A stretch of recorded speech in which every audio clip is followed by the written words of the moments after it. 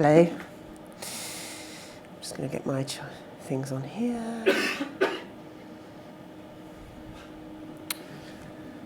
So, I'm hoping that my first slide is going to allow me a little bit of respite from the fact I haven't quite answered the question. My favourite thing about this picture is that they have protected the identity of the stove.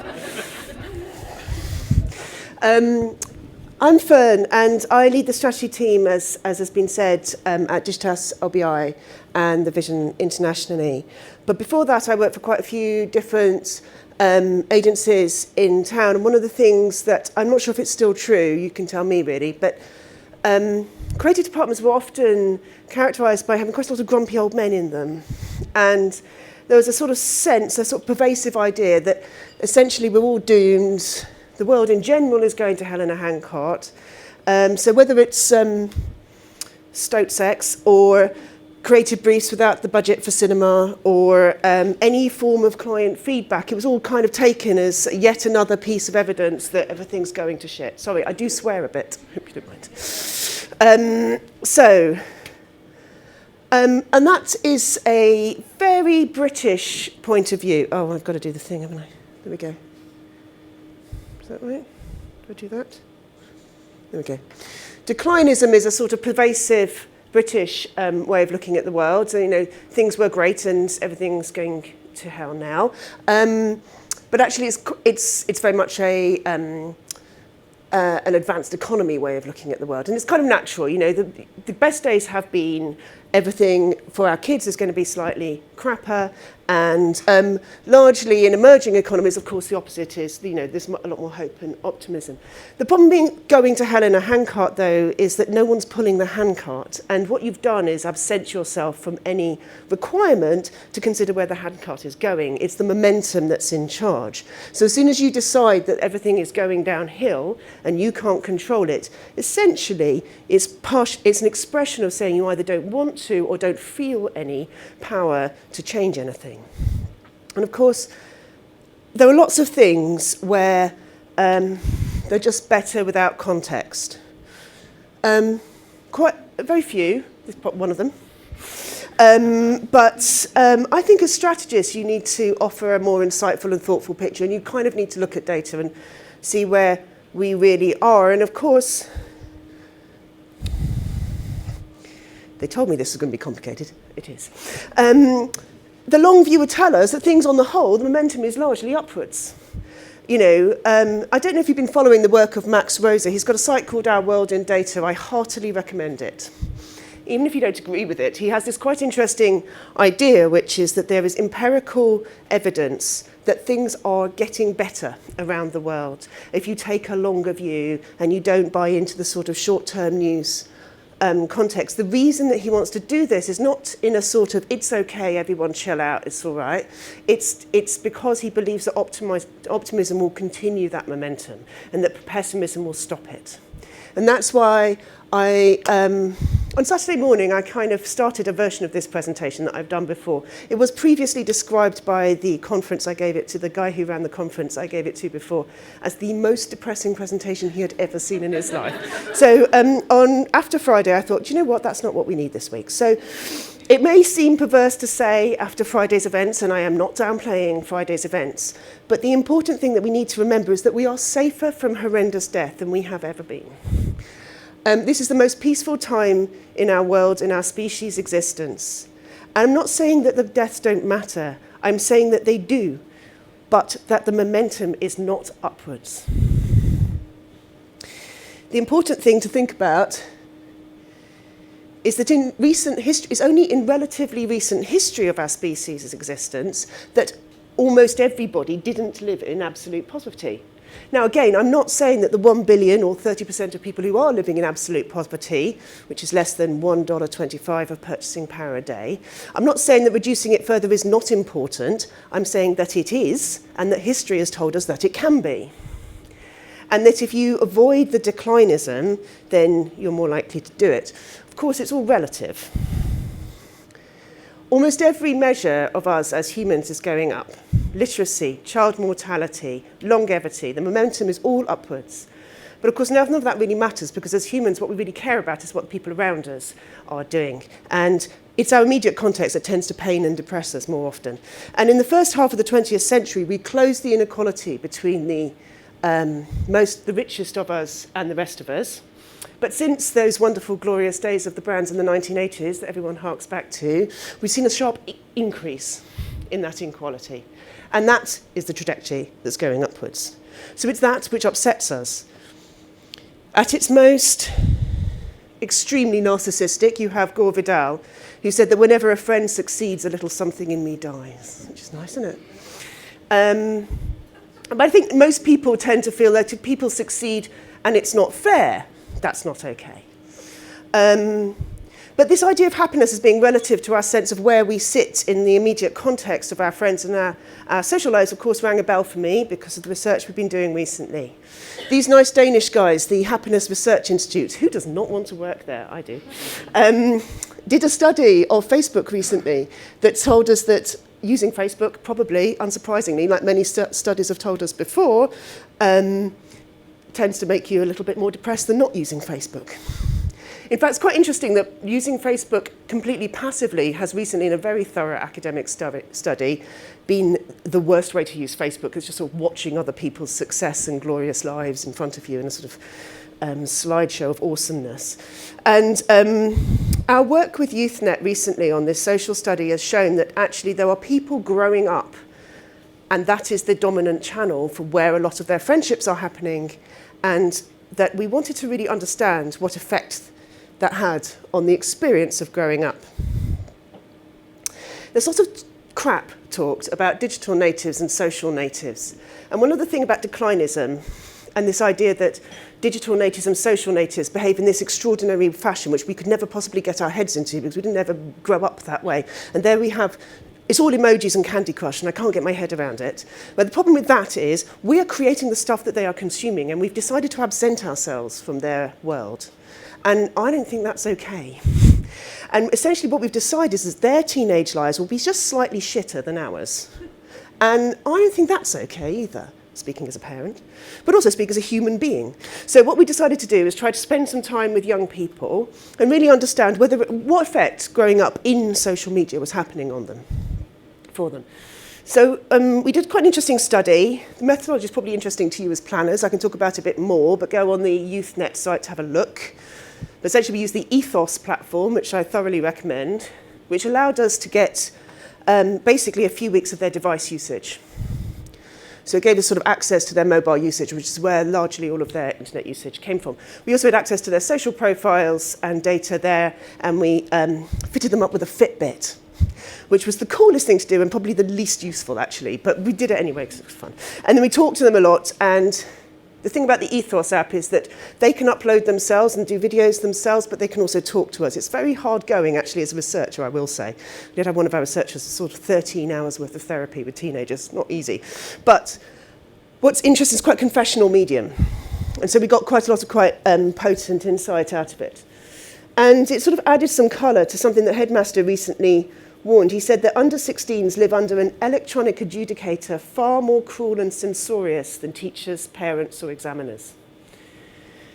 Because, you know, we all grew up with a need to feel liked and to feel popular and to feel like we were okay against the peers and that we were sort of broadly successful and broadly in line with the norm.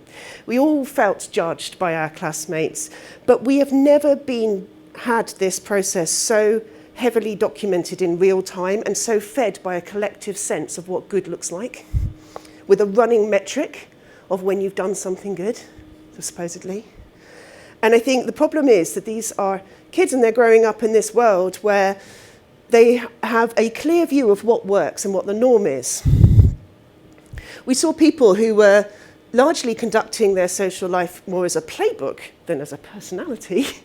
And I can go into some of the stories, they're quite extraordinary.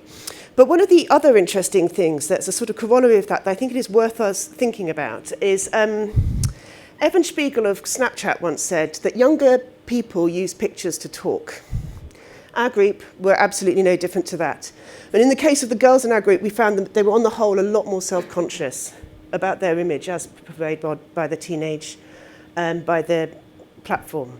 And that bias is borne out by national stats here from various studies which suggest the pink, i.e. the girls, largely more anxious about their selfies than others. This, by the way, is, you can't have favourite respondents, can you? But she was brilliant. Girl in Megan, who in Wales, who took a selfie like 3 times a day and didn't think she took selfies, which is awesome. But anyway, there's been 19 studies across 12 countries that have found that teenage girls in Northern Europe, the UK and China are experiencing an increase in mental health problems, like a statistically significant increase. The number of children and teenagers seeking help for an eating disorder in the UK has risen by 110% in the last 3 years.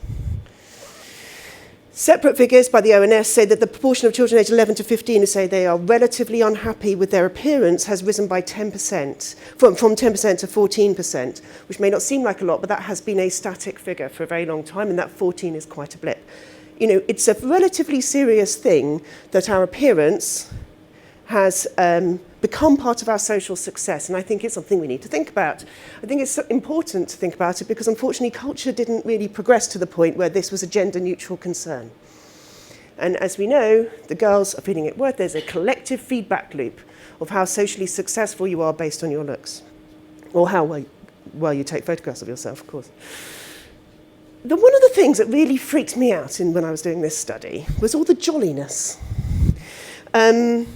I just remember life being a bit more goth than that when I was a teenager. But anyway, so one of the things that was interesting is we looked into it. So I had a data team and a researcher working on this. And one of the interesting things is that the sort of Mormonization of the chatter that was happening, where we looked for tweets, not just amongst this group, amongst all people in this age group online, where they had hashtagged them with things that said something like the best, love, or happy, versus those that had been hashtagged with the worst, hate, and sad. And of course, what happens is you discover that although there are many more tweets saying life is crap, they just don't get retweeted. So essentially, one of the things is that, you know, social success, no one likes a moaner, right? And that's true on the platform. But one of the things that we found is it is teaching, and this is that people discussed, it is teaching people to say positive things about themselves when they don't feel it. One of the interesting things about this is and I won't show the pictures because it's truly depressing, we ran exactly the same stats on those who are also hashtagging them thinspo, which is for extreme dieting. Those who don't know about it, probably depressing to look at it, and for self-harm, and exactly the same pattern occurs. So you see a lot of people retweeting the best, and the pictures are pretty hideous. So that, to me, is slightly frightening. People are saying happy things about terrible things they're doing in their lives, and other people prefer the happy things, which is a bit weird. So we're often faced with a choice, and I think it's often seen as a post-capitalist choice, of holding on to a sort of pre-technology era where things were better, or embracing the future. But of course, I think it's a little bit more nuanced than that, because we're in the present, and there's a lot of stuff we can be doing in the present. We're old enough to remember when there wasn't a running metric of social success in your teenage years, and we know that it was probably a bit more pleasant. There were a lot of positive stories, by the way, that came out of our research, but these sort of felt a little bit more uncomfortable and more uncomfortable enough for us to bother about. We're also, I totally back what Kirsty was just saying about our access to brands and to the power of brands to sort of change things. And of course, we've seen with things like a Girl, there's huge ability to make a cultural statement in a way that no pressure group or political institution could ever do. You know, and the reason that was big is because it had reach, because it had money. And you know, you guys are in that. You're in the decision making regarding the content that's coming down the pipe that these people are seeing. So what I'd say is technology, this is a great quote that I came across during this work, and it is important. The platform is not neutral. The platform has opinions. The opinions are that you like things, you don't like things, you have followers. And the language is interesting. The semiotics of that are guiding how people are responding to the judgment that they're being given. Whatever we like it, our work is opinionated, and our opinions get into the platform.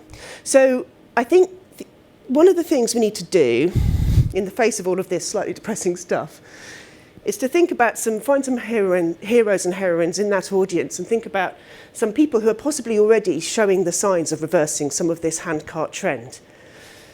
I don't know if you've heard about Asona O'Neill. She's my new heroine. She's the heroine of everyone on the research. I absolutely love her. This was a Instagram model, blogger model girl. Had a bit of an episode, and at the end of it has come out, and suddenly it's like she's sort of seen into the matrix, and she suddenly realised the sort of the issues with social media. But what's important about what she's saying is she's saying it's other teenagers. So bear in mind that language is not awesomely academic, and it's all a bit vegan. Knit your own yogurt. But anyway, the point is, what she's saying here, I don't want followers anymore. I want a world of individual beings. She's also given a plea to the tech community, whilst we're here in Google, to invent a social platform which has no judgment, which has no like or dislike, which has no heart or not heart or follow or whatever it is. And I think we should heed that because, you know, it really is our job to make the world better. So, final slide, because I realise that says naught. The thing is, first of all, you're not in a handcart. You're pulling the handcart, and the kids are in the handcart, and it's your job to pull the handcart out of what is a fairly unpleasant puddle in what is otherwise an upward trajectory. And I think, you know, the important thing is we're not hurtling downhill. We're going upwards, and sometimes we stall, and the thing is that big business, people, cultural commentators, people who understand technology, people who are putting social commentary down the pipe have the ability to change stuff. If you are allied to or are making feeds that are not empowering for kids to share amongst each other, stop it and make something better. But I'm sure you aren't. I'm sure you wouldn't be expressly doing that. But I would think about non-judgmental ways to connect kids and think about more empowering things for them to say to each other. This quote very much helped me at the weekend. I have a 5-year-old I have to try to explain stuff to. This is a chap called Fred Rogers, who is a big entertainer in the States. Find and celebrate the good people and the good work, or better still, be one. And I guess by that I don't mean to be just like, it's okay, everyone be nice. I mean, try to avoid the sense that you can't do anything and try to find the ways in which you can do something. And I think as planners, that really is all our job. All the time, it's finding a useful role on the team. And I think for brands, that's who you should be. Good luck. So I went over.